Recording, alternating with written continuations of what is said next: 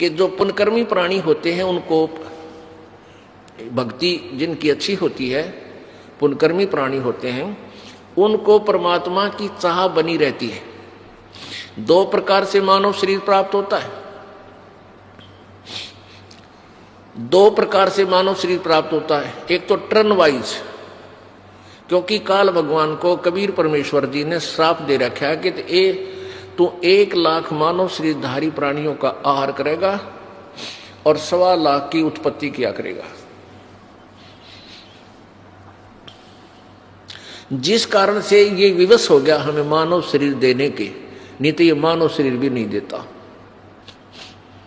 ये इतना जालिम है, ये इतना धोखेबाज है, ये हमें मनुष्य शरीर देता ही नहीं कहीं इनको पता ना लग जाए। और परमेश्वर को ये मालूम था कि इनको मानव शरीर मिलेगा तो मैं जा करके किसी ना किसी रूप में अपनी प्यारी आत्माओं को अपना रहस्य बता दूंगा।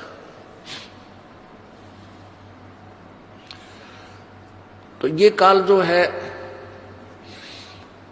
2 प्रकार से मनुष्य जीवन मिलता है। एक तो टर्न वाइज, एक ऐसा विधान बना रखा प्रभु ने कि एक प्राणी जैसे मनुष्य शरीर प्राप्त है, भक्ति की नहीं, तो 84 लाख प्रकार की योनियों के कष्टों को भोगने के उपरांत एक टर्न वाइज एक मानव शरीर अवश्य दिया जाएगा उसको।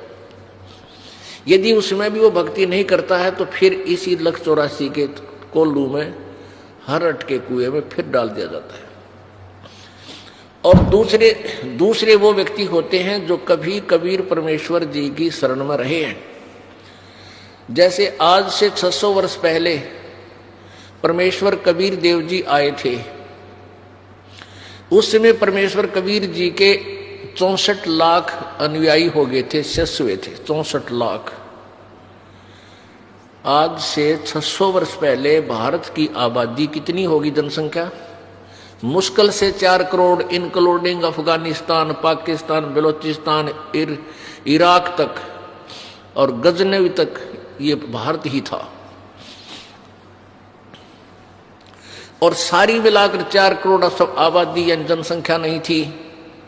और उस 4 करोड़ जनसंख्या में से 64 लाख से सो जाना, ये कोई बालकों का खेल नहीं था, जिसमें हिंदू और मुसलमान दोनों इंक्लूड थे। ये परमपिता परमात्मा की समर्थता का उस समय भी प्रमाण था। लेकिन हम इतने बालक हैं